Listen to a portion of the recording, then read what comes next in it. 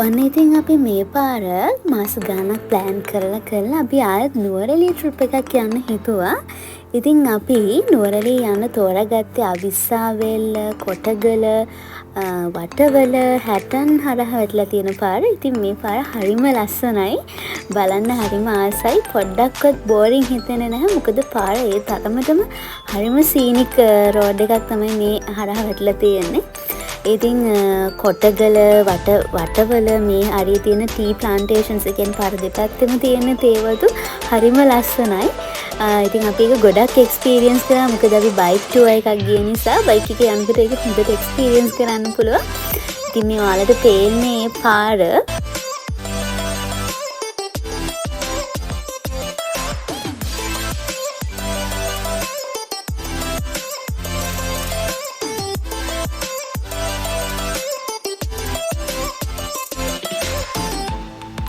අපිට මේ එක්ස්පීරියන්ස් එක තවත් ලස්සන වෙන දෙයක් වුණා. ඒ තමයි වහින්න පටන් ගත්තා. අපි සාමාන්‍යයෙන් වටවල වගේ පහු කරද්දි පුංචි පින්නක් වගේ පින්නකුත් නෙමෙයි හිරිපොද වැස්සක් වගේ එකක් වැටෙන්න ගත්තා. ඉතින් මේක හරිම ලස්සන ෂෝක් එක්ස්පීරියන්ස් එකක්. යන ගමන් ලාවට තෙමෙනවා, සීතලයි, ඒත් එක්කම මීදුම. හොඳටම මීදුම බලන්න ගත්තා. ඔයගොල්ලන්ට තව ටිකකින් පේයි.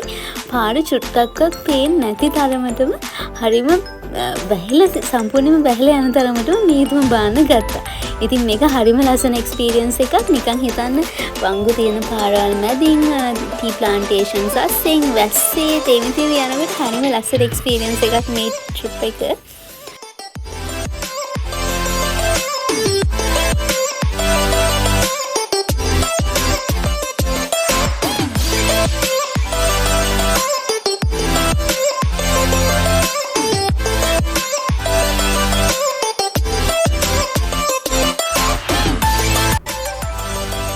ඔන්න දැන් තමයි මේ ට්‍රිප් එකේ ලස්සන පාට එකට ආවේ.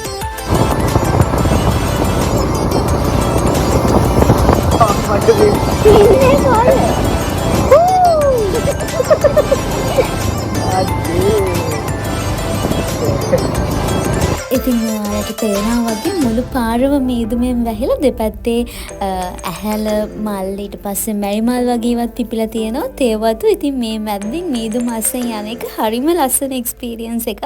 මම ඒකට ගොඩක් ආස වුණා. ඒ වගේම අපි දෙන්නා ඒක ගොඩක් එන්ජොයි කරා. ඉතින් සමහරෙන් අපි නුවරඑළිය යනකොට අපි නතර වෙන තැනක් තියෙනවා. අපි දැන් මේ එතෙන් තමයි යන්නේ. ඔයගලන් දන්නවා ඩෙවොන් ෆෝල්ස්. ඩෙවොන් නැල්ල පේන තැන. එතන view point එකක් තියෙනවා. ඉතින් සාමාන්‍යයෙන් අපි නුවරඑළිය යනකොට මෙතන නතර වෙනවා. එකක් තමයි ඩෙවොන් ඇල්ල බලන්න. අනිත් එක තමයි මෙතන ලස්සන ටී ෂොප් එකක් තියෙනවා. ඉතින් මේ වෙලාවේ ඩෙවොන් ඇල්ල චුට්ටක්වත් තේරුන්නේ නැහැ. හොඳටම මීදුම බාලා තිබුණේ. ඉතින් ඒ නිසා අපි මෙතන චුට්ටක් මීදුම බාලා වැඩි නිසා ඇල්ල පේන්නේ නැති නිසා මම කලින් කිව්ව ටී ෂොප් එකට ගියා. ඔයාලට දැන් ඒක බලන්න පුළුවන්. ඒක හරිම ලස්සන ටී ෂොප් එකක්. සහ මෙතන ටී එක මාරම රහයි, මාරම ක්වලිටි. ඒ වගේම මේගොල්ලන්ගේ රස කේක් එකක් තියෙනවා. හොට් කේක් එකක්. අපි දැන් ටී එකක් බීලා හොට් කේක් එකක් කන ගමන් මේ ක්ලයිමට් එක හොඳට එන්ජොයි කරා. ඒක එක්ස්පීරියන්ස් කරා. ඉතින් අපි ටී එක බීලා ඉවර වෙන්න එනකොට මීදුම හොඳටම අඩු වෙලා තිබ්බේ. ඊට පස්සේ ඩෙවොන් ඇල්ලත් පේන්න ගත්තා. ඉතින් අපි ඒක චුට්ටක් බලලා ඊට පස්සේ ආයෙම අපේ ට්‍රිප් එක යන්න පටන් ගත්තා.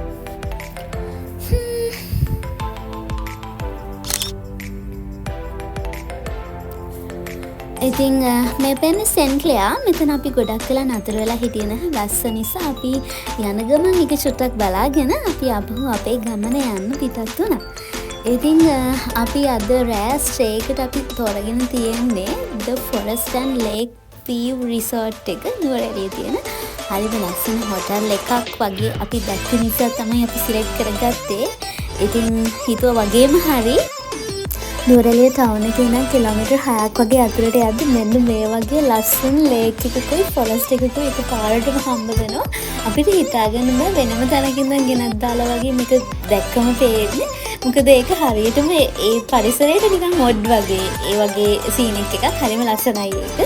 ඉතින් මෙන්න මේ වගේ ලස්සන එළවලු වගාවල් කැරට් පාති සලාද හදලා තියෙන ඒ වගේ ගමක් මැද්දෙන් තමයි අපිට හොටෙල් එකට යන්න තියෙන්නේ. මේ තියෙන්නේ කැරට් වගාවක්.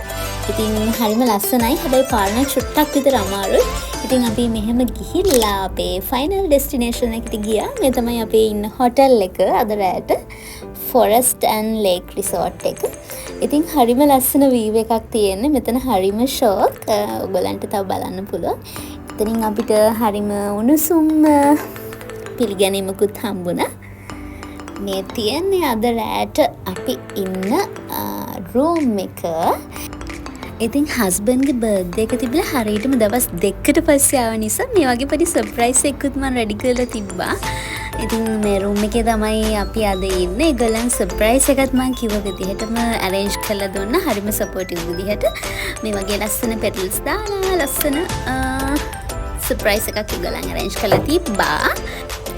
ඉතින් අපි රූම් එකට ඇද්දි චුට්ටක් හවස් වුණා. මොකද හවස 3 වගේ ඇති.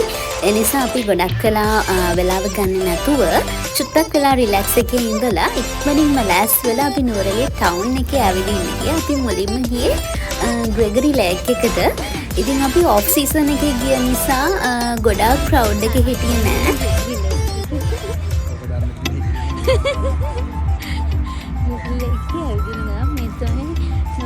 අලුතෙන් ඉන්දියාවෙන් බහපු කවුද? චිටි. ලොකු ඩක්.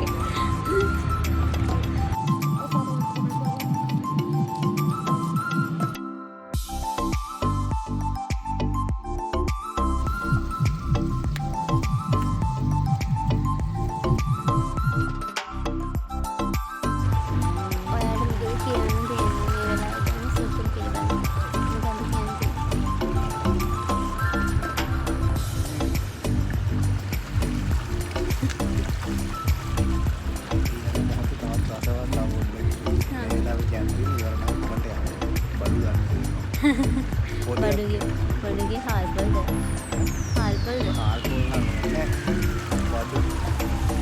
බඩු කිව්වේ අර්ථ කීපයක් තියෙනවා ඕනේ. උණුසුම් වෙන කෝපි. කෝපි නෙස්කැෆේ.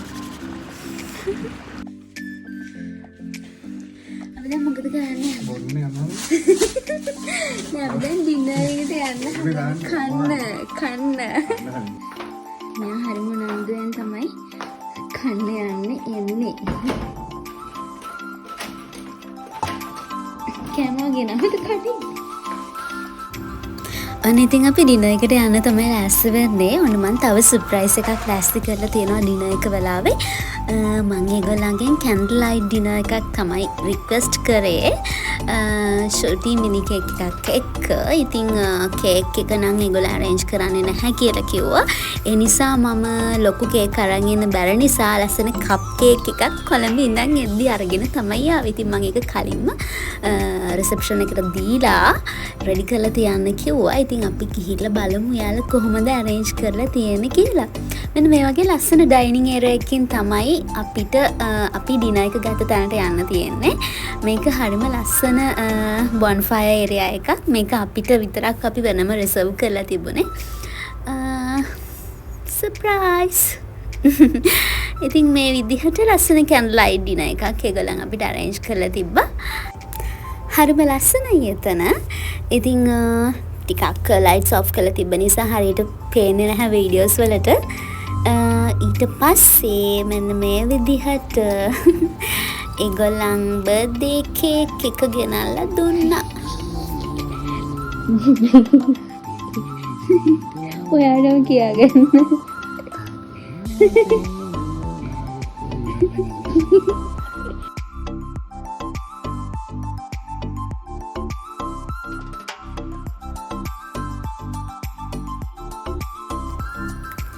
ඉතින් පහවදා උදේට තිබ්බ මෙන්න මේ වගේ ලස්සන view එකක්. හරිම මිස්ටි view එකක්. ඉතින් මේ පේන roof top එකට වටේම පේන හැටි ගොඩක් ඈතට යනකම් පේනවා හරිම ලස්සනයි. ඒ වගේම මේ තමයි හොටෙල් එකේ ගාඩන් එක. හරිම ලස්සන ගාඩන් එකක් තියෙනවා මේ හොටෙල් එකට. මල් ගොඩක් තියෙනවා. ඉතින් අපි උදේ හොටෙල් එකේ ගාඩන් එකේ චුට්ටක් ඇවිදලා ලස්සන බලලා ලස්සන ෆොටෝ එකක් ගන්නත් අමතක කරේ නැහැ. ඉතින් ගාඩන් එකේ චුට්ටක් ඇවිදලා ඊට පස්සේ අපි ආවේ අපේ බ්‍රෙක්ෆාස්ට් එක ගන්න. බ්‍රෙක්ෆාස්ට් එකත් හරිම රහට ඒගොල්ලන් හදලා තිබ්බා.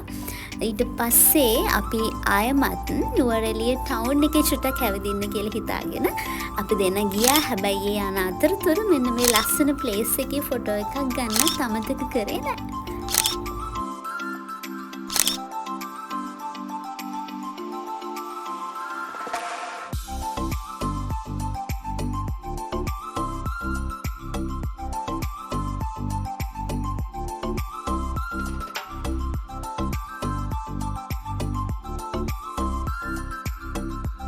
හිනා වෙන්න පොඩ්ඩක්.